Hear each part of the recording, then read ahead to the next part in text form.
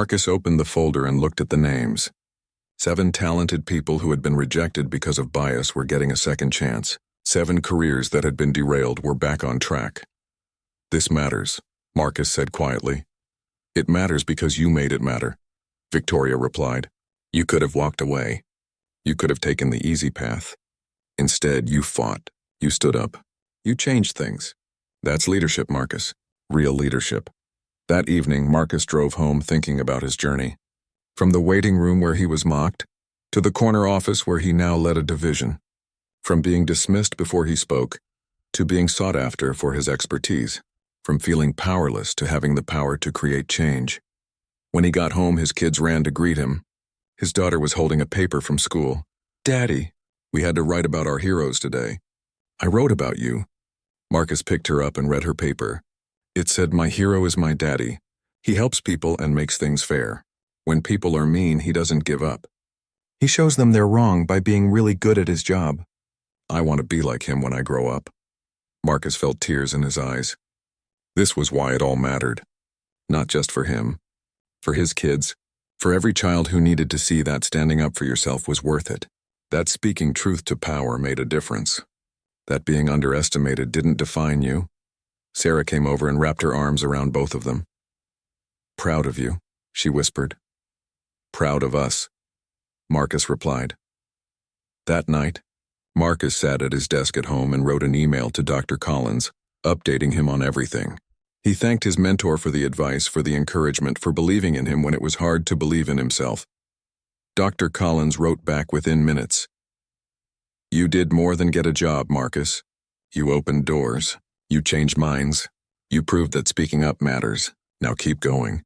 There are more doors to open. More minds to change. More young people who need to see what's possible. You've earned your seat at the table. Now use it to pull more chairs up." Marcus smiled and closed his laptop. Tomorrow he would go back to work. There would be challenges, obstacles, people who doubted him. But there would also be opportunities, victories, and people he could help. He thought about that day in the waiting room one more time. Those painful words, that humiliation, that anger, it seemed so long ago now. But it had led him here, to this moment, to this opportunity to make a real difference. Marcus Thompson had walked into Wellspring Technologies as a candidate being mocked behind his back. He had left as a man with dignity intact, and he had returned as a leader who would make sure no one else had to experience what he experienced. That was justice. Not revenge, but the creation of something better. And that was worth every uncomfortable moment, every challenge, every doubt. Marcus turned off the lights and went to bed. Tomorrow would bring new challenges, new opportunities, new chances to build the kind of workplace he wished had existed all along. And he was ready for all of it.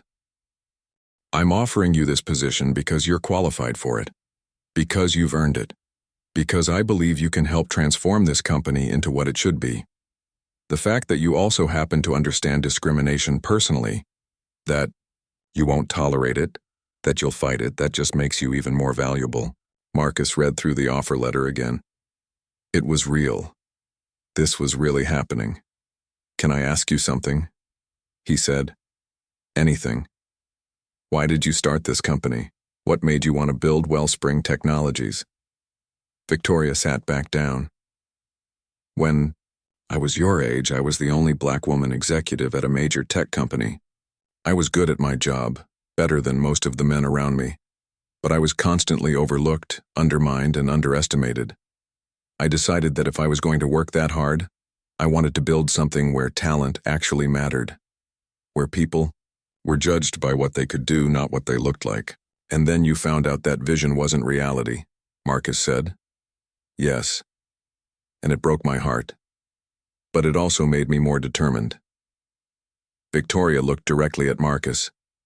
"I can't undo what happened to you. I can't give back the time you spent being judged unfairly. But I can offer you a chance to be part of building something better, to be a leader who makes sure the next generation doesn't face what we faced." Marcus thought about his children, about every young person of color who would enter the workforce after him, about the power to actually create change instead of just hoping for it. "This is a lot to process," he said. "Can I have some time to think about it?" "Of course. Take 48 hours. Talk to your family. Talk to your mentors. Ask me any questions you have. I want you to make the right decision for you, not just for us." Marcus stood to leave, the offer letter in his hand. Victoria walked him to the door. "One more thing," she said. "If you accept this position, you should know that not everyone will be happy about it. Some people will say you got the job because of what happened, not because you earned it. Some people will resent you. Some people will test you." "I'm used to that," Marcus said. "I know you are, but you shouldn't have to be. And as long as I'm CEO, you'll have my full support." Marcus drove home in a daze. When he walked through the door, Sarah took one look at his face and knew something big had happened. "Tell me everything," she demanded. He showed her the offer letter. Her hands flew to her mouth. "Marcus, this is amazing. This is everything you've worked for." "Is it?" Marcus asked. He sat down heavily on the couch. "Or is it just a really expensive way to make their legal problem go away?" Sarah sat next to him. "Does it matter? If the job is real, if the authority is real, if the opportunity is real, does it matter why they're offering it?" "It matters to me," Marcus said. "I don't want to be a diversity hire. I don't want people thinking I only got this job because I complained." "Then don't be a diversity hire," Sarah said firmly. "Be the best division head they've ever had. Show them exactly what they almost missed. Prove that you earned this position 10 times over." Marcus called Dr. Collins and told him about the offer. His mentor listened carefully. "What does your gut tell you?" Dr. Collins asked. "My gut says this is an incredible opportunity. But my fear says it could blow up in my face." "Fear is useful information, but it's a terrible decision maker," Dr. Collins said. "Let me ask you this. If you turn down this offer, will you regret it? Will you always wonder what could have been?" Marcus thought about it. "Yes, I think I would." "Then you have your answer." That evening, Marcus sat at the kitchen table with the offer letter in front of him. Sarah was making dinner. The kids were doing homework. Everything was normal and comfortable and safe. Taking this job would change everything. It would be a risk. It would be challenging. It would put him in a position where he would be judged constantly, where every decision would be scrutinized, where some people would be waiting for him to fail, but it would also give him power, real power to create change, to build teams that valued talent over appearance, to ensure that the next person who walked into a waiting room wouldn't overhear recruiters mocking them before they even spoke. Marcus picked up his phone and typed an email to Victoria Hartman. "I accept your offer. When can I start?" He pressed send before he could change his mind. Sarah came over and kissed the top of his head. "I'm proud of you," she said. "I haven't done anything yet," Marcus replied. "Yes, you have. You stood up. You spoke out, you took a chance, that's everything." 2 days later, Marcus received the official paperwork. His start date was set for 3 weeks away, giving him time to wrap up personal matters and prepare for his new role. Victoria called to congratulate him and invite him to lunch before his first day to discuss his vision for the division. Marcus hung up the phone and looked at himself in the mirror. The same face that Jennifer and Derek had mocked. The same person they had dismissed before he even spoke. In 3 weeks, he would be their superior. He would have the authority they thought he didn't deserve. But he wasn't doing this for revenge. He was doing this because he believed in what was possible. He was doing this because someone had finally given him a real chance, and he intended to prove they made the right choice. Marcus smiled at his reflection. The real work was about to begin. Marcus woke up at 5 in the morning on his first day. He couldn't sleep anyway, so he got up and went for a run. The early morning air was cool and helped clear his mind. Today was the day. Today he would walk into Wellspring Technologies not as a rejected candidate, but as a division head. Sarah was already awake when he got back, making breakfast. The smell of coffee and eggs filled the kitchen. Their kids were still sleeping, but they had made him good luck cards the night before. Marcus smiled as he remembered his daughter's card with its crooked letters saying, "Best boss ever." "How are you feeling?" Sarah asked, handing him a cup of coffee. "Terrified," Marcus admitted, "but also ready." "You're going to be great," she said. She had been saying that for 3 weeks. and Marcus was starting to believe it. He dressed carefully in a new suit. Dark navy, perfectly tailored. Sarah straightened his tie one more time. "This is the third time you've adjusted that tie," Marcus said with a small laugh. "I want you to look perfect," she said. "Today matters. Every day matters," Marcus replied, but he knew what she meant. Today was different. Today was the day he would show everyone who he really was. Marcus arrived at Wellspring Technologies at 8:30. The building looked the same, but everything felt different. He wasn't sneaking in early to wait nervously. He was walking in with his head high, with an executive badge that gave him access to floors he had never seen before. Rebecca met him at the elevator. "Good morning, Mr. Thompson. Ms. Hartman asked me to show you to your office first, and then we have the all-hands meeting at 10. Please call me Marcus," he said. His office was on the 4th floor in the corner with windows overlooking the city. It was large and bright, with a desk, a conference table, and comfortable chairs. On the desk was a welcome note from Victoria, and a photo frame that Sarah must have arranged to be delivered. It held a picture of his family. "This is incredible," Marcus said, looking around. "You have 30 minutes to settle in," Rebecca said. "Then Ms. Hartman would like to meet with you briefly before the all-hands. The meeting is mandatory for all employees, so the auditorium should be quite full." After Rebecca left, Marcus stood at the window and looked out at the city. 3 weeks ago, he had been mocked in the waiting room downstairs. Now he was standing in an executive office, about to be introduced as a division head. It didn't feel quite real. His phone buzzed, a text from Dr. Collins. "Remember, you earned this. Now show them why." At 9:30, Marcus went to Victoria's office. She greeted him warmly and invited him to sit. "How are you feeling?" she asked. "Honestly, nervous." "Good," Victoria said. "If you weren't nervous, I'd be worried. This is a big moment." She handed him a folder. "Here's what's going to happen. At 10, everyone will gather in the auditorium. I'm going to address the situation with Jennifer and Derek directly, not by name, but I'm going to acknowledge that we had recruiters who weren't living up to our values and that we've taken action. Then I'm going to introduce you." Marcus opened the folder.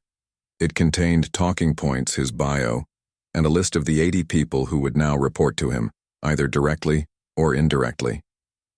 "I want you to speak for about 10 minutes, Victoria continued. "Tell them who you are. Tell them your vision for the division. Tell them what you expect from your team. But most importantly, tell them why you're here." "Why I'm here?" Marcus asked. "You're here because you stood up when something was wrong. You're here because you refuse to accept discrimination. You're here because you have the courage to make things better. That's leadership, Marcus. That's what I want you to bring to this company." At 9:55, Marcus and Victoria walked to the auditorium. Marcus could hear the buzz of hundreds of voices. His heart was pounding. They paused outside the door. "Ready?" Victoria asked. Marcus took a deep breath. "Ready." The auditorium was packed. At least 300 employees filled the seats. Marcus scanned the crowd and saw a mix of expressions: curiosity, confusion. Some people looked excited. Others looked skeptical. He saw Maria Chen sitting in the 3rd row, smiling at him encouragingly. Victoria walked to the podium. The room quieted immediately. "Good morning, everyone. Thank you for being here. I know you've all heard rumors over the past few weeks about changes in our recruitment department. I want to address that directly because transparency is important to me and should be important to all of us." The room was completely silent now. Everyone was listening. "Several weeks ago, we learned that 2 of our senior recruiters engaged in discriminatory behavior toward job candidates. When we investigated, we found a pattern of bias that went against everything this company stands for. Those employees have been terminated. We're reviewing every hiring decision they made and reaching out to candidates who may have been treated unfairly." Marcus saw people shifting in their seats. Some were nodding. Others looked uncomfortable. "I take full responsibility for not catching this sooner," Victoria continued. "As CEO, it's my job to ensure our values aren't just words on a website. They should be reflected in every action, every decision, every interaction. We failed at that. I failed at that. But we're taking steps to ensure it never happens again." She paused and looked directly at Marcus. One of those steps is the person I'm about to introduce. Ladies and gentlemen, I want you to meet Marcus Thompson, our new division head of cloud security and innovation. Victoria stepped aside. Marcus walked to the podium. The applause was polite but measured. He saw some genuine smiles but also some crossed arms and doubtful expressions. Marcus stood at the microphone and looked out at all those faces. For a moment he remembered standing in the waiting room overhearing Jennifer and Derek. He remembered the pain, the anger, the humiliation, but he also remembered Sarah's words. Don't be a diversity hire. Be the best division head they've ever had. Good morning, Marcus said. His voice was clear and strong. My name is Marcus Thompson. I'm 38 years old. I graduated from MIT 15 years ago. I've led teams of 50 people. I've developed security systems that are now used by companies across this industry. I've been featured in technical journals and won awards for innovation. He paused. But none of that is why I'm standing here today. The room seemed to lean forward slightly. I'm standing here because 3 weeks ago I sat in your waiting room for an interview. While I waited, I overheard 2 recruiters who were about to interview me, making assumptions about my qualifications, my intelligence, and my worth. They mocked my name. They dismissed my credentials before I even spoke. They decided who I was based on how I looked, not what I had accomplished. Marcus saw several people in the audience look shocked. Others nodded like they understood exactly what he was describing. I could have walked out, I could have given up. But instead I went to that interview. I answered every question professionally, and then I did something that wasn't easy. I reported what I experienced. I sent an email to Ms. Hartman detailing everything I heard. He looked at Victoria, who nodded encouragingly. I'm not telling you this to make you feel sorry for me, Marcus continued. I'm telling you this because discrimination doesn't just hurt the person it happens to. It hurts everyone. It hurts this company when talented people are rejected because of bias. It hurts teams when the best person for the job isn't even given a chance. It hurts innovation when we only listen to voices that sound like ours. The room was absolutely quiet. Even the skeptical faces were listening now. Ms. Hartman offered me this position not because of what happened to me, but because I'm qualified for it. I've spent 15 years preparing for leadership like this. I know cloud security inside and out. I know how to build teams, manage budgets, and deliver results. I earned this position the same way everyone in this room earned their positions, through hard work, dedication, and expertise. Marcus took a breath. This was the important part. But I also bring something else to this role. I bring the perspective of someone who knows what it feels like to be underestimated. I bring the determination to build a division where talent matters more than assumptions. I bring the commitment to creating a culture where every person, regardless of their background, gets a fair chance to prove what they can do. He saw heads nodding now. More genuine engagement in people's expressions. Over the next few months, we're going to make some changes in our division. We're going to implement blind resume reviews so that names and backgrounds don't influence first impressions. We're going to create diverse interview panels so that candidates see themselves represented. We're going to provide bias training, not because I think you're all bad people, but because we all have blind spots we need to be aware of. And we're going to hold ourselves accountable for building the most talented, most innovative, most effective team in this company. The applause started slowly, then grew. It was genuine this time. People were standing up. Marcus saw Maria Chen clapping enthusiastically. He saw young employees, particularly employees of color, with tears in their eyes. I know some of you might be skeptical, Marcus said as the applause died down. You might wonder if I can really do this job. That's okay. I'm going to prove it to you through my work, not my words. Judge me by my results. Judge me by the team we build together. Judge me by whether we become better at what we do. He gripped the sides of the podium. But here's what I ask from all of you. Be open. Be willing to challenge your assumptions. Be brave enough to speak up when you see something wrong.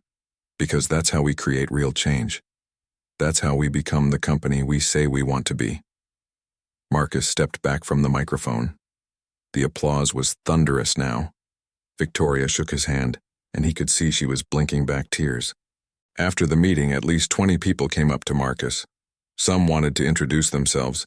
Some thanked him for his speech. A young black woman, probably in her early 20s, waited until everyone else had left. "Mr. Thompson," she said quietly, "I was in that waiting room that day. I heard what those recruiters said about you. I wanted to say something, but I was scared I'd lose my chance at a job here. I'm so sorry." Marcus looked at her kindly. "What's your name?" "Keisha. I'm in the entry-level analyst program."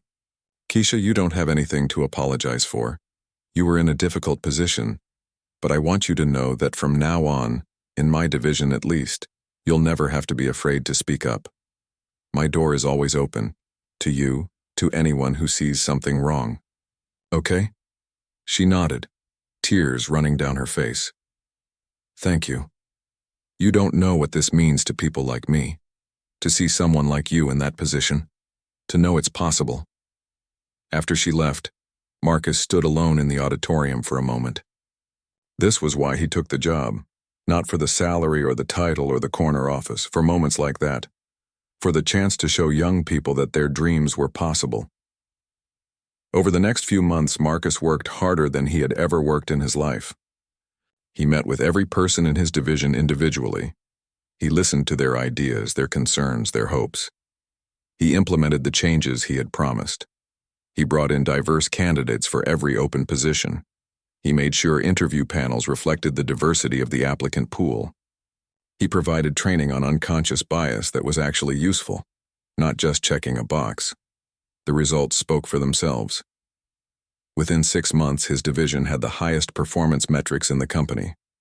They completed 3 major projects ahead of schedule. They recruited talent from top schools who specifically wanted to work for Marcus. They created innovations that got written up in industry publications, but more importantly, they created a culture where people felt valued, where talent was recognized, where someone's background opened doors instead of closing them. Not everyone was happy about Marcus's success. Some people still whispered that he only got the job because of what happened. Some people resented the changes he made. Some people tested him, challenged him, waited for him to fail. Marcus didn't let it bother him. He focused on the work. He focused on the results. He focused on building something that would last long after he was gone. One afternoon, about 9 months after his first day, Victoria called Marcus to her office. "I want to show you something," she said. She pulled up a report on her computer. "These are our diversity numbers from when you started compared to now. Look at the applications we're receiving. Look at the candidates we're hiring. Look at the retention rates." The numbers were impressive. Applications from minority candidates had tripled. Hiring of diverse talent had doubled. Most importantly, people were staying. They felt welcomed. They felt valued. "You did this," Victoria said. "You changed this company." "We did this," Marcus corrected. "You gave me the opportunity. You backed me up. You made it possible." Victoria smiled. "True. But you did the work. And I want you to know that we're expanding your division. We're adding another 40 people. We're increasing your budget. And we're using your recruitment model as a template for the entire company." Marcus felt a surge of pride. This was real change. This was lasting impact. "There's one more thing," Victoria said. She handed him a folder. "We've identified 15 candidates that Jennifer and Derek rejected over the years who were clearly qualified. We've reached out to all of them, apologized, and offered them positions if they're still interested. 7 have accepted. They start next month. Do you have a few minutes to talk?" There was a pause. Marcus's voice was cautious when he replied. "Yes, I have time. First, I want to thank you for your email. I received it the evening you sent it, and I've spent the past 3 days investigating your allegations thoroughly." "And?" Marcus asked. His voice was steady, but Victoria could hear the tension underneath. "And I owe you an apology. Everything you described in your email was accurate. We found evidence of a pattern of discriminatory behavior by the recruiters you encountered. We also found that you were not the first person to complain about them, which makes our failure to act sooner even more unacceptable." Marcus didn't say anything. Victoria continued.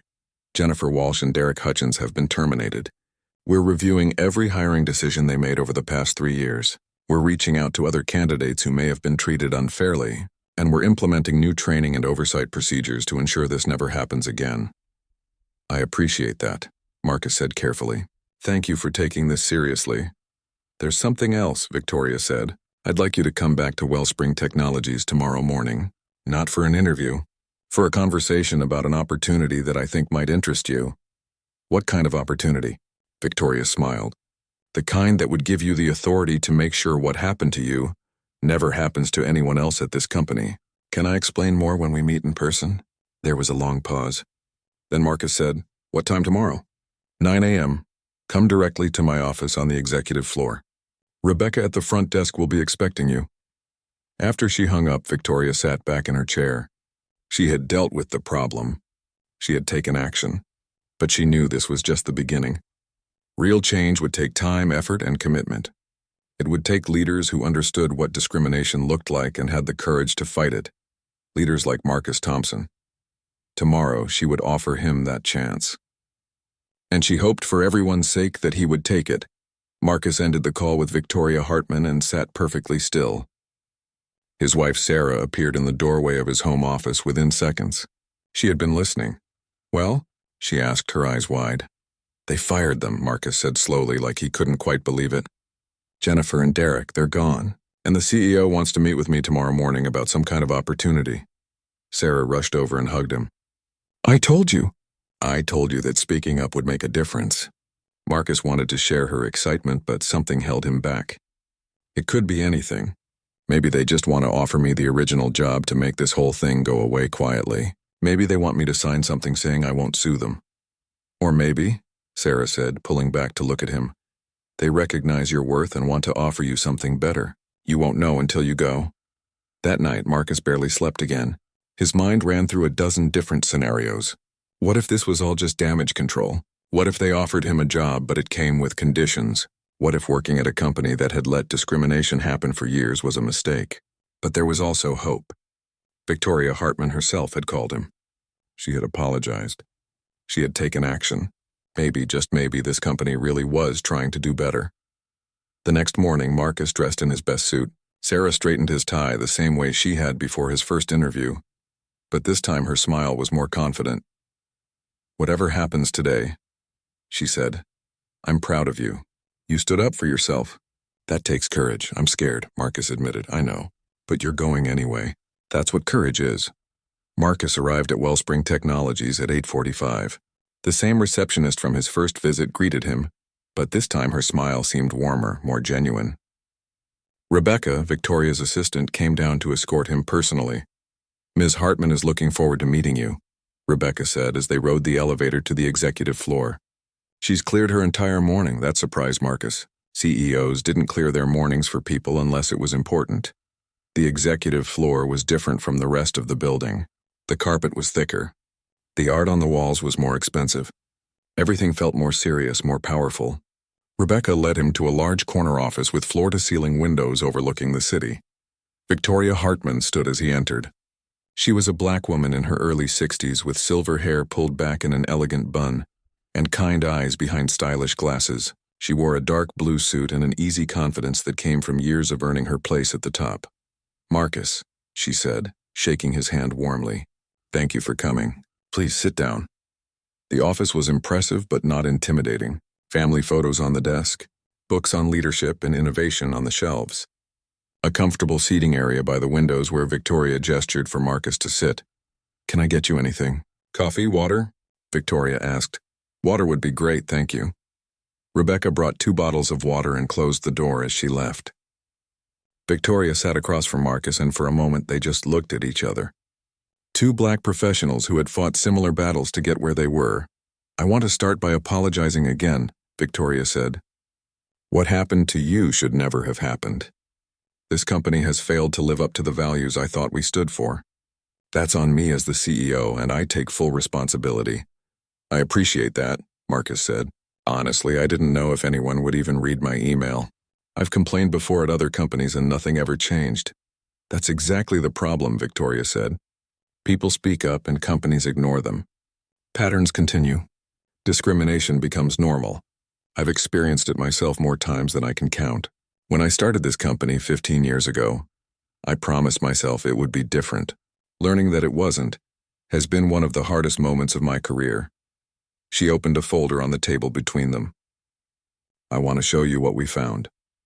For the next 20 minutes, Victoria walked Marcus through the investigation, the patterns in Jennifer and Derek's hiring, the complaints that had been dismissed, the evidence of systematic discrimination. Marcus felt validated but also angry that it had gone on so long. 3 other people complained, he said quietly. 3 other people tried to tell you there was a problem, and nothing happened until I spoke up. You're right, Victoria said, and we're reaching out to every one of them to apologize and make things right. We're also reviewing every candidate Jennifer and Derek rejected to see if we missed talented people because of their bias. That's good, Marcus said, but why am I here? You could have told me all this over the phone. Victoria smiled. You're right. Let me get to the point. She pulled out another document. Are you familiar with our division head of cloud security and innovation position? Marcus shook his head. No, that wasn't the role I applied for. I know. The role you applied for was divisional manager, reporting to the current division head. This position is 2 levels above that. It reports directly to our chief operating officer. It comes with full authority over a team of 80 people, a substantial budget, and the responsibility of shaping our entire approach to cloud security for the next 5 years. Marcus's heart started beating faster. That's a significant position. It is. We've been searching for the right person for 6 months. We've interviewed dozens of candidates. No one has been quite right. Victoria leaned forward. Then I read your resume. Really read it. Not just glanced at it like Jennifer and Derek did. Your qualifications are exceptional, Marcus. Your experience is exactly what we need. Your leadership track record speaks for itself, but I didn't apply for that job, Marcus said, confused. No, you didn't, but Maria Chen, who was on your interview panel, recommended you for a senior leadership position. She said you demonstrated more capability in 30 minutes than most candidates show in hours. I trust Maria's judgment completely. Victoria slid the document across the table. This is a formal offer for the division head position. The salary is competitive, well above industry standard. There's a signing bonus, equity in the company, full benefits, and 4 weeks of vacation. More importantly, you would have the authority to rebuild the recruitment and management practices in your entire division.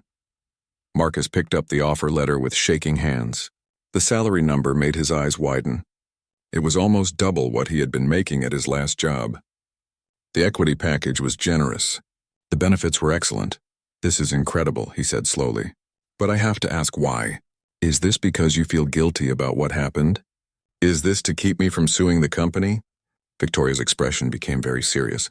Marcus, I'm going to be completely honest with you. Yes, what happened to you makes this company legally vulnerable. Yes, offering you a position helps mitigate that risk. But that's not why I'm offering you this job. She stood and walked to the window looking out at the city. When I read your email, I saw courage. When I reviewed your credentials, I saw excellence. When I investigated what happened, I saw grace under pressure. You could have yelled at Jennifer and Derek in that waiting room. You could have walked out of the interview.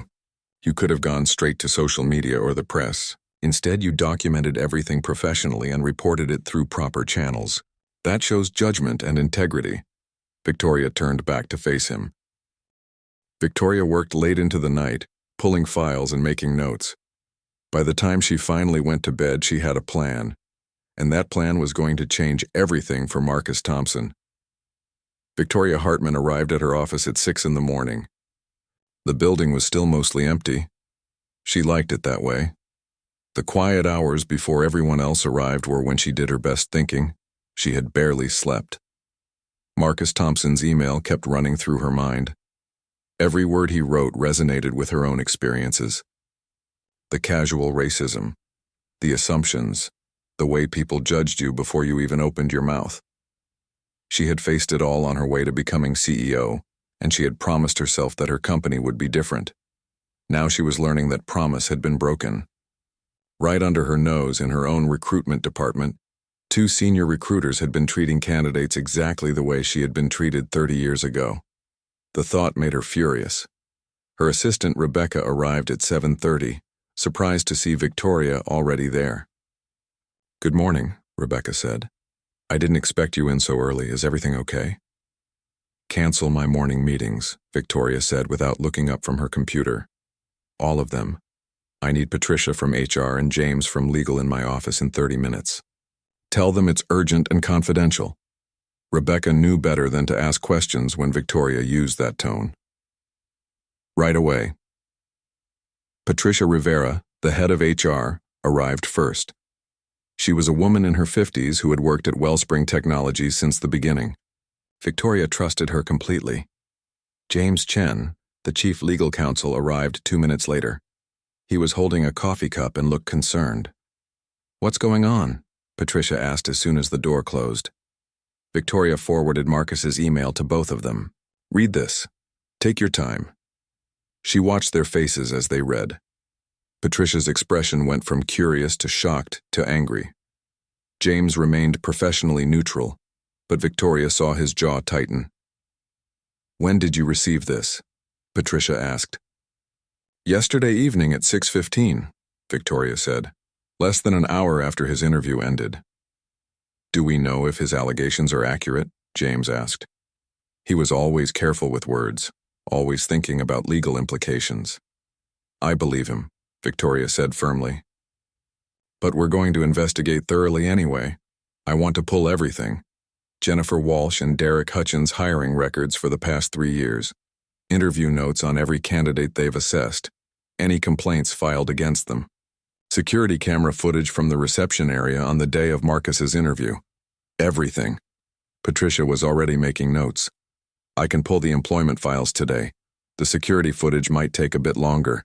We'll need to involve building security." "Do it," Victoria said, "and do it quietly. I don't want Jennifer or Derek to know we're investigating until we have all the facts." "What about Marcus Thompson?" James asked. "Have you responded to his email?" "Not yet. I want to have answers before I reach out to him." "Real answers, not corporate platitudes." Patricia looked troubled. "Victoria, if what he's saying is true, this could be a major problem, not just for Jennifer and Derek, but for the company. If they've been discriminating against candidates for years, we could be looking at lawsuits, bad publicity, EEOC complaints." "I know," Victoria said. "That's exactly why we need to handle this correctly, thoroughly, and immediately." For the next 3 days, Patricia and her team worked around the clock. What they found was worse than Victoria had imagined. Jennifer, Walsh and Derek Hutchins had been senior recruiters at Wellspring Technologies for 3.5 years. In that time, they had interviewed over 200 candidates for various positions. Patricia pulled every file, every interview note, every hiring decision they had made. The patterns were undeniable. Highly qualified candidates with ethnic-sounding names were consistently rated lower than less qualified white candidates. Interview notes on minority candidates used phrases like, "not a culture fit," and "lacks polish and seems too aggressive," even when their qualifications were excellent. Meanwhile, white candidates with weaker credentials received notes like, "great potential," and "would fit in well with the team." Patricia found emails between Jennifer and Derek making jokes about candidates' names, their backgrounds, their schools. She found a spreadsheet where they ranked candidates not just on qualifications, but on what they called team chemistry, which seemed to be code for how white and mainstream they appeared. Most damning of all, she found 3 other complaints. 3 other candidates, all people of color, had contacted HR over the past 2 years reporting discriminatory treatment by Jennifer and Derek. Each complaint had been reviewed by the previous HR director, who had retired 8 months ago. Each complaint had been dismissed as unsubstantiated or a misunderstanding. Patricia brought all of this to Victoria's office. She laid out the evidence piece by piece. Victoria felt sick as she looked at it. "How did we miss this?" she asked. "How did this go on for so long?" The previous HR director, Patricia said carefully, had a different approach to these kinds of complaints. He tended to believe the employees over the candidates. He gave Jennifer and Derek the benefit of the doubt. 3 complaints, Victoria said. 3 people tried to tell us there was a problem and we did nothing. "There's more," Patricia said. She pulled out another file.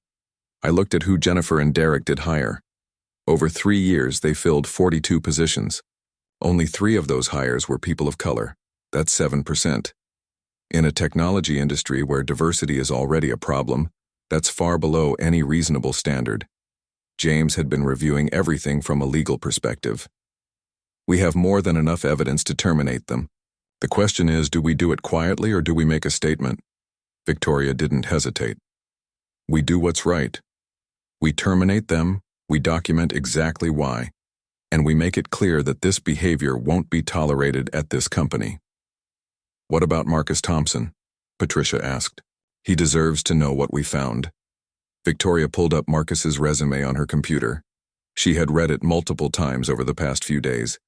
MIT graduate, 15 years of experience, led a team of 50 people, developed security systems that saved millions, published in industry journals, recommended by respected leaders in the field.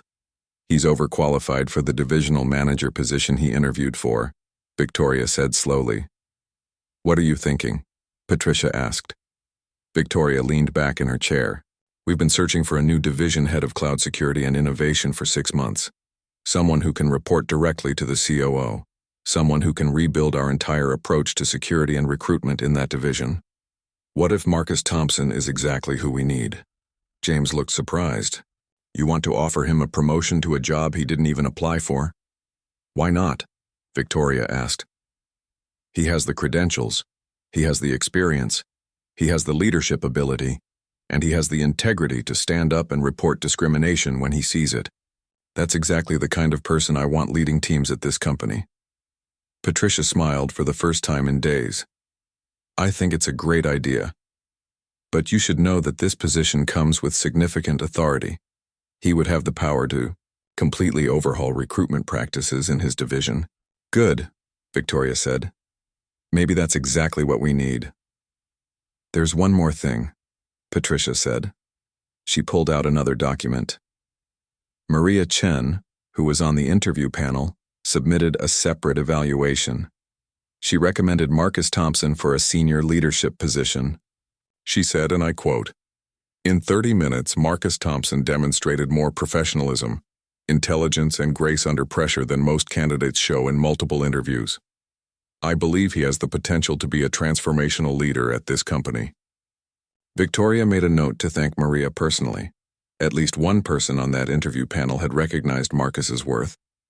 James was reviewing the termination paperwork. When do you want to do this? Tomorrow morning, Victoria said. First thing, I want Jennifer and Derek out of this building before lunch, and I want every file they touched reviewed by other recruiters to identify any other candidates they may have discriminated against. That's going to be a lot of work, Patricia warned. I don't care. We owe it to every person who was wronged by our failure to act sooner. The next morning, Jennifer Walsh and Derek Hutchins were called into separate meetings. They were each met by Patricia, James, and a witness from HR. The evidence was presented. They were given a chance to respond.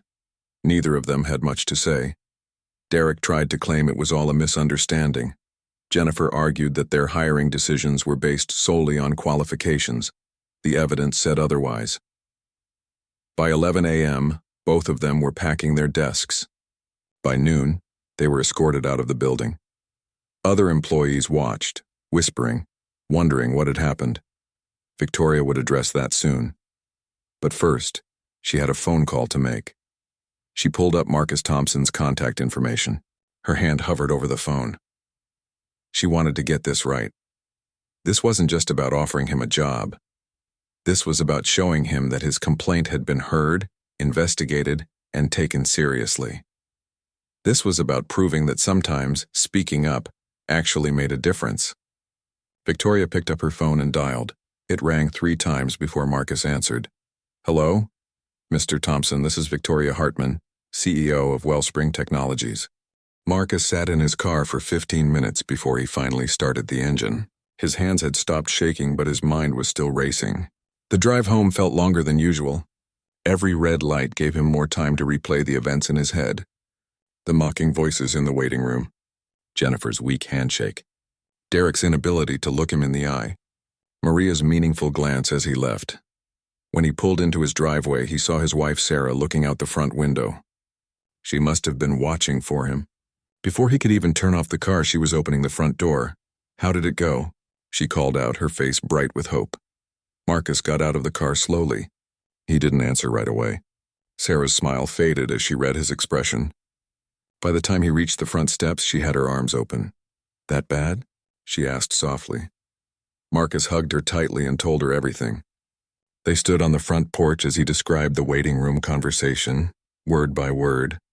Sarah's body went rigid with anger as he spoke. When he finished, she pulled back to look at his face. "Those people," she said, her voice shaking. "Those ignorant, small-minded people. How dare they?" "It's not the first time," Marcus said quietly. "It probably won't be the last. That doesn't make it okay." Sarah took his hand and led him inside. Their 2 children were at after-school activities, so the house was quiet. She made him sit down at the kitchen table and poured him a glass of water. Marcus pulled out his phone and opened the draft email he had written in the parking lot. "I wrote this. I'm thinking about sending it to the CEO." Sarah read it carefully, her lips pressed together in concentration. When she finished, she looked up at him. "This is good. Clear, professional, detailed. You should send it, should I?" Marcus asked. He heard the doubt in his own voice. What if it makes things worse? What if they blacklist me in the industry? What if other companies hear about this and think I'm a troublemaker? "A troublemaker?" Sarah repeated. "Marcus, you're not the one who did something wrong. You're the one who was wronged. There's a big difference, I know that. But you know how it works. When people like me speak up, we're seen as difficult, as playing the race card, as not being team players." Marcus put his head in his hands. "Maybe I should just let it go. Focus on other opportunities." Sarah sat down next to him. "Listen to me. If you let this go, what happens to the next person?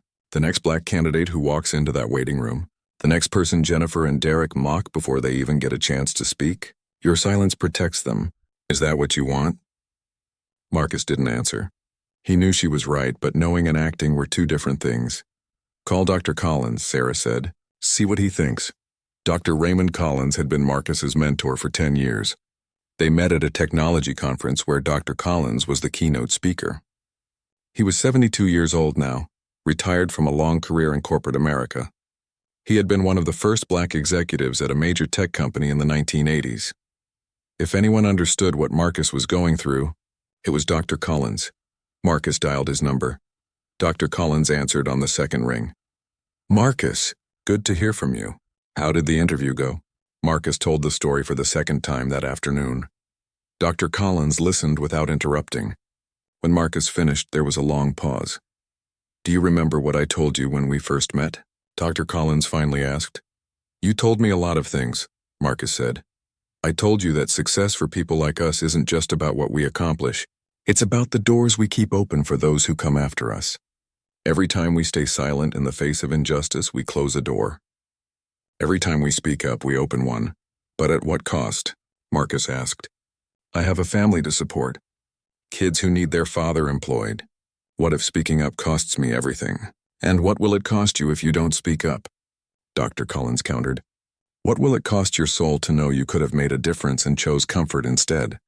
What will it cost your children when they're older and facing the same discrimination, knowing their father once had a chance to fight it and walked away?"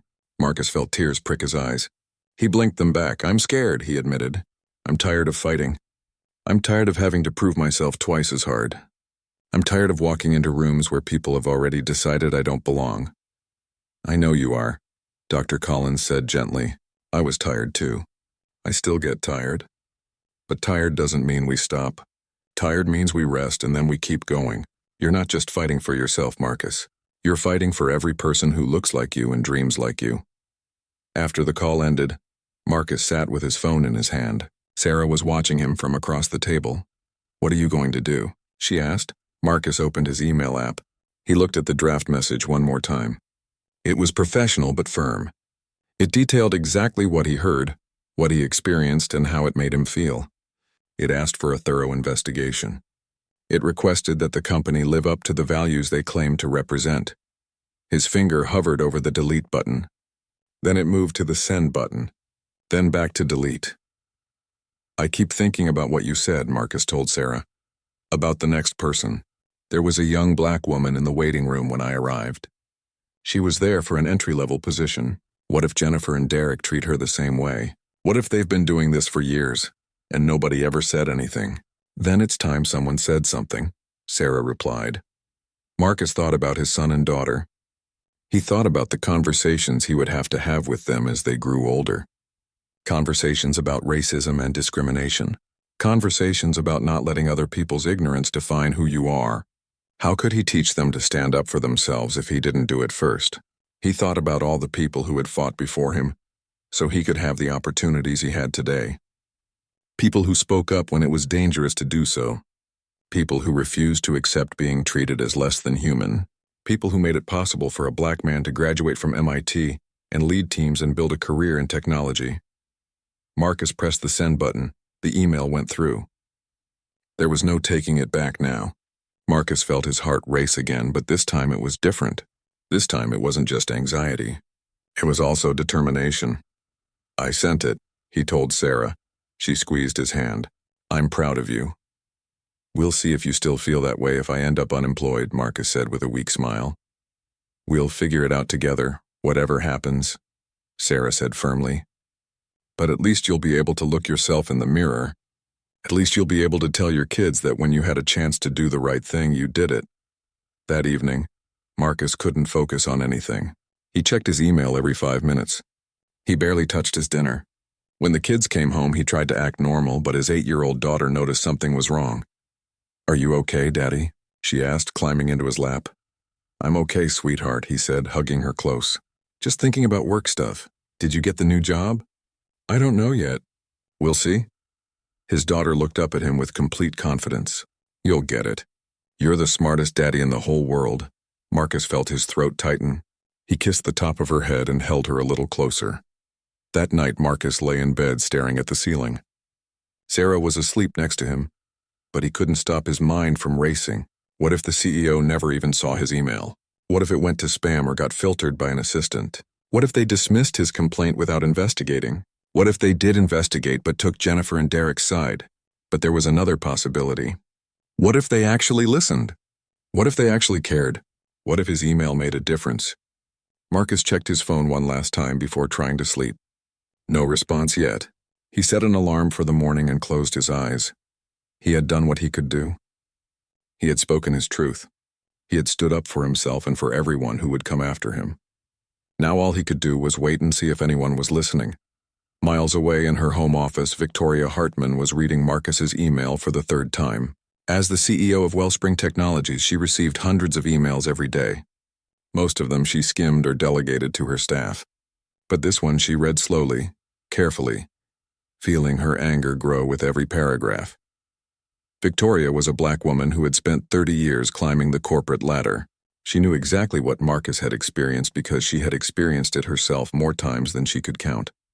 She had built Wellspring Technologies with a promise that it would be different, that it would be better, that it would judge people by their capabilities, not their color. Jennifer Walsh and Derek Hutchins had betrayed that promise. And Victoria Hartman was not the kind of CEO who let things like that slide. She picked up her phone and sent a message to her head of HR and her legal team. Tomorrow morning, first thing, they were going to start an investigation. A thorough, comprehensive investigation that would leave no stone unturned. Victoria looked at Marcus's email one more time. She noticed the timestamp. He had sent it less than an hour after his interview ended. That showed character. That showed courage. That showed exactly the kind of person she wanted leading teams at her company. She started typing a response, then stopped. This deserved more than an email. This deserved a phone call. But first she needed to know all the facts. She needed to build an airtight case. Marcus walked down the hallway with steady steps. The walls were decorated with photos of the company's achievements and smiling employees. Under different circumstances, he might have stopped to look at them. But right now, all he could think about were the words he had just heard in the waiting room. Conference room B had a glass door. Through it, Marcus could see 3 people sitting at a long table. His stomach dropped when he recognized 2 of them. The woman in the gray suit, the man in the blue shirt. They were his interviewers. Marcus paused for just a second outside the door. He took one deep breath. Then he opened the door and walked in with a confident smile. The reaction was instant. The woman's face went pale. The man's eyes went wide. They both froze like deer caught in headlights. Marcus could see the exact moment they realized who he was, the exact moment they understood that he had heard every word they said.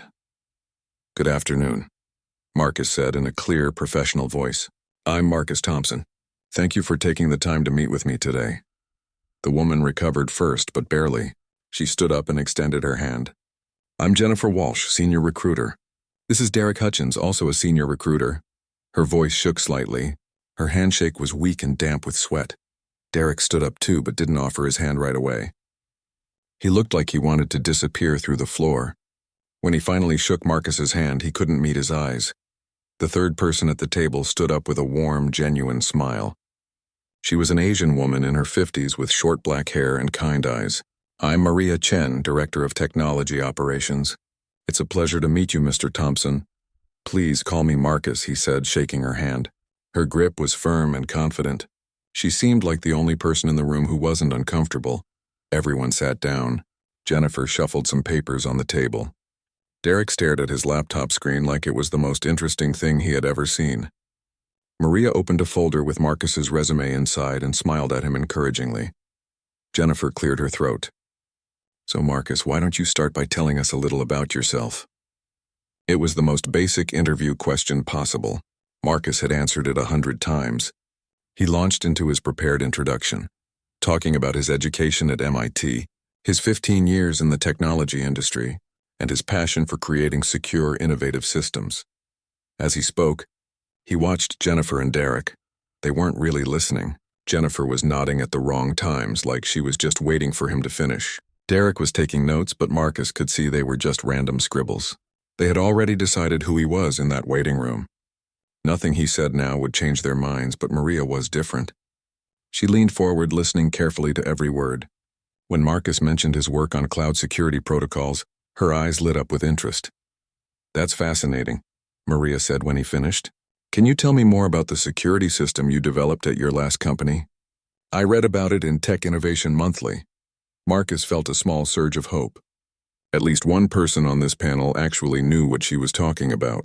He spent the next 10 minutes explaining the technical details of his security system, how he identified vulnerabilities that others had missed, how he designed a solution that was both more secure and easier to use, how his work had reduced security breaches by 73% and saved the company over $5 million. Maria asked smart follow-up questions. She understood the complexity of what he had accomplished. She challenged him with scenarios and problems, and Marcus answered each one with confidence and expertise. Jennifer and Derek barely participated. When they did ask questions, they were simple and almost insulting. "So you managed a team before?" Derek asked, as if he couldn't be bothered to read the resume in front of him. "Yes," Marcus said patiently. "I led a team of 50 engineers and security specialists for 3 years. We successfully completed 12 major projects and received industry recognition for our innovative approach to data protection." 50 people, Jennifer repeated like she didn't believe him. "That must have been challenging." Marcus kept his voice level. "It was challenging, but also rewarding. Building a strong team requires clear communication, mutual respect, and a commitment to excellence. I'm proud of what we accomplished together." He emphasized the words mutual respect just slightly. Jennifer's face went red. She knew he was sending a message. The interview continued for another 30 minutes. Maria asked about his leadership philosophy, his approach to problem solving, and his vision for the future of cloud security. Marcus answered every question with depth and intelligence. He gave specific examples. He shared real numbers and results. He demonstrated not just what he knew, but how he thought. Jennifer and Derek asked surface-level questions that anyone could have answered. They seemed eager for the interview to end. They kept checking the clock on the wall. Finally, Jennifer stood up. "Well, I think that covers everything we needed to discuss today. We have several more candidates to interview, and we'll be making our decision within the next week or so. We'll be in touch." It was the standard brush-off. Marcus had heard it before. He stood up and shook hands with everyone again. Maria held his hand a moment longer than necessary. "Thank you for coming in today, Marcus," she said meaningfully. "Your qualifications are truly impressive. I hope we'll have the chance to work together."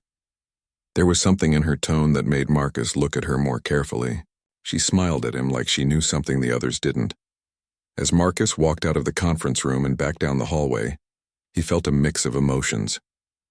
Anger at how Jennifer and Derek had treated him, frustration that he'd had to work twice as hard just to be taken seriously, but also a small spark of hope from Maria's words. In the conference room, the moment the door closed, Jennifer and Derek both let out heavy breaths. "Oh my God," Derek said, putting his head in his hands. "He heard us. He heard everything we said." "I know," Jennifer said, her voice tight with panic. "I can't believe we didn't see him sitting there. This is bad. This is really bad." Maria looked at both of them with barely concealed disgust. "You should be worried. What you said in that waiting room was completely unacceptable, and honestly, after watching this interview, it's clear that Marcus Thompson is the most qualified candidate we've seen in months." "Come on, Maria," Derek said defensively. "You can't seriously think we should hire him after what just happened. It would be awkward for everyone." "Awkward for whom?" Maria asked sharply. "Awkward for you two? Because you got caught showing your true colors? That's not Marcus's problem. That's yours." Jennifer tried a different approach. "Look, he's qualified, I'll give you that. But there are other candidates who would be a better culture fit." "Culture fit," Maria repeated coldly. "That's interesting code language. Let me make something very clear. I'm writing a separate evaluation of this interview, and I'm going to recommend Marcus Thompson for a position in this company, not the divisional manager role he interviewed for. Something higher. Because in 30 minutes, he demonstrated more professionalism, intelligence, and grace under pressure than either of you have shown in the 3 years I've worked with you." Maria gathered her folder and stood up. "You two need to think very carefully about what happened today. And you should probably start thinking about how you're going to explain this to HR if Marcus decides to file a complaint." She walked out, leaving Jennifer and Derek sitting in stunned silence. Derek spoke first. "She's overreacting. There's no way he's going to complain. He needs this job. He's not going to rock the boat." Jennifer wasn't so sure. She had seen the look in Marcus's eyes. He wasn't someone who would just let this go. He was someone who fought back, but fought smart. "Maybe we should get ahead of this," she said slowly. "Talk to HR first. Frame it differently." "Frame what differently?" Derek asked. "We didn't do anything wrong. We were just having a private conversation. That he overheard. That was about him. That was clearly discriminatory." Jennifer stood up and started pacing. "We need to think about this carefully." Meanwhile, Marcus sat in his car in the parking lot. His hands gripped the steering wheel tightly. He stared straight ahead, processing everything that had just happened.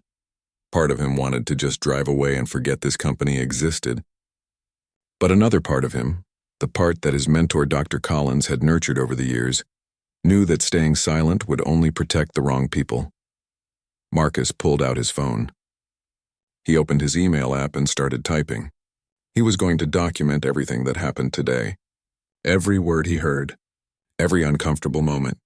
Every dismissive question. He was going to send it directly to the company's CEO. He had worked too hard and come too far to let people like Jennifer and Derek keep him down. If they wanted to judge him before he even spoke, then he would make sure their judgment was the last thing they ever made at this company. Marcus finished typing the email. His finger hovered over the send button for a long moment. Then he pressed it. What happened next would change everything. Marcus Thompson checked his watch for the third time. It was only 1:42 p.m. and his interview was scheduled for 2:00 p.m. He always arrived early. His father had taught him that being on time meant being 10 minutes early, and being 10 minutes early meant being 20 minutes early. That lesson had stuck with him through college, through his career, and now as he sat in the reception area of Wellspring Technologies. The waiting area was modern and clean. Large windows let in plenty of natural light. Expensive-looking chairs were arranged around glass tables. A water cooler stood in the corner next to a coffee machine. Marcus had already declined the receptionist's offer of coffee twice. He was nervous enough without adding caffeine to the mix. He pulled out his phone and opened the Notes app one more time. He had prepared for this interview for weeks. He reviewed the company's recent projects, their mission statement, and their leadership team. He knew the names of every executive. He had practiced his answers to common interview questions.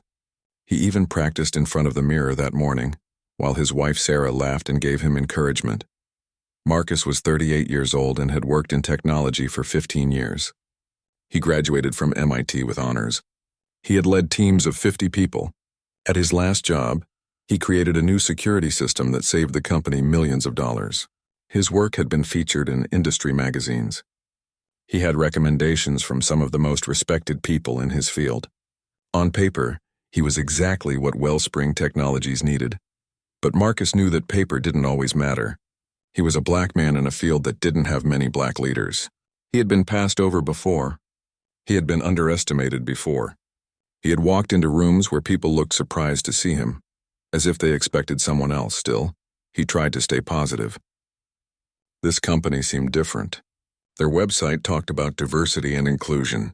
They had pictures of employees from different backgrounds. Their CEO was a woman. Marcus allowed himself to hope that this might be the opportunity he had been waiting for. The receptionist, a young woman with red hair and a friendly smile, typed quietly at her desk. Soft music played from hidden speakers. Everything seemed calm and professional. Marcus took a deep breath and tried to relax. At 1:45 p.m., the elevator doors opened. Two people stepped out, a white woman in a gray suit and a white man wearing a blue shirt and khakis. They were both holding coffee cups and talking loudly. They didn't seem to notice Marcus sitting in the corner. The woman, who looked to be in her 40s, was scrolling through her phone.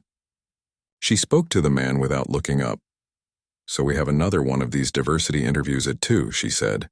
Her voice carried across the quiet waiting area. The man laughed.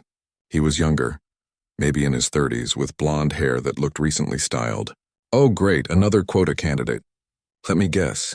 Probably has a degree from some community college and maybe 2 years of real experience." Marcus felt his stomach tighten. He kept his eyes on his phone, but he wasn't reading anymore. He was listening.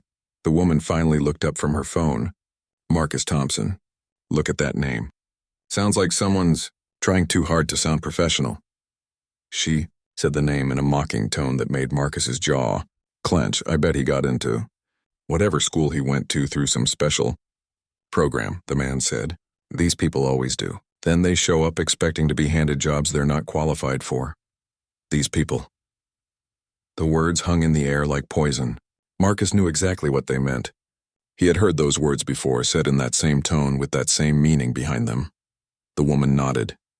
"I'm so tired of this. We have to interview them to check a box, but we all know how it's going to end. He'll give some rehearsed answers, probably play the victim card, and then we'll politely pass and find someone actually qualified." Marcus's hands were shaking. He put his phone in his pocket and clasped his hands together to keep them still. His heart was pounding. Part of him wanted to stand up and confront them right there. Part of him wanted to walk out and never come back. But another part, the part that his father and mother had trained into him through years of similar experiences, told him to stay calm, to stay professional, to not give them a reason to dismiss him. The man took a sip of his coffee. "At least it'll be quick. These interviews usually are. They come in, we ask a few basic questions, they fumble through some answers, and we're done in 20 minutes. Then we can get back to looking at real candidates." "Real candidates," the woman repeated with a laugh. "Exactly. People who actually earned their credentials instead of having them handed to them." The receptionist had stopped typing. Marcus could see her looking uncomfortable, her eyes moving between her computer screen and the two people talking. She seemed like she wanted to say something but didn't know what to say. Or maybe she was afraid to say anything at all. Marcus checked his watch again. 1:52 p.m. 8 more minutes until his interview. 8 more minutes of sitting there pretending he couldn't hear every word they were saying about him. 8 more minutes of being judged before he even opened his mouth. The woman and man moved toward a hallway that led to the conference rooms. As they walked, the man said something else that Marcus couldn't quite hear, but both of them laughed. It was the kind of laugh that made Marcus feel small, even though he was 6 feet tall and had accomplished more in his career than most people ever would. He thought about his wife that morning. Sarah had straightened his tie and kissed his cheek. "You're going to do great," she had said. "They're lucky to have the chance to meet you." He thought about his 2 kids, 8 and 10 years old, who still believed their father could do anything.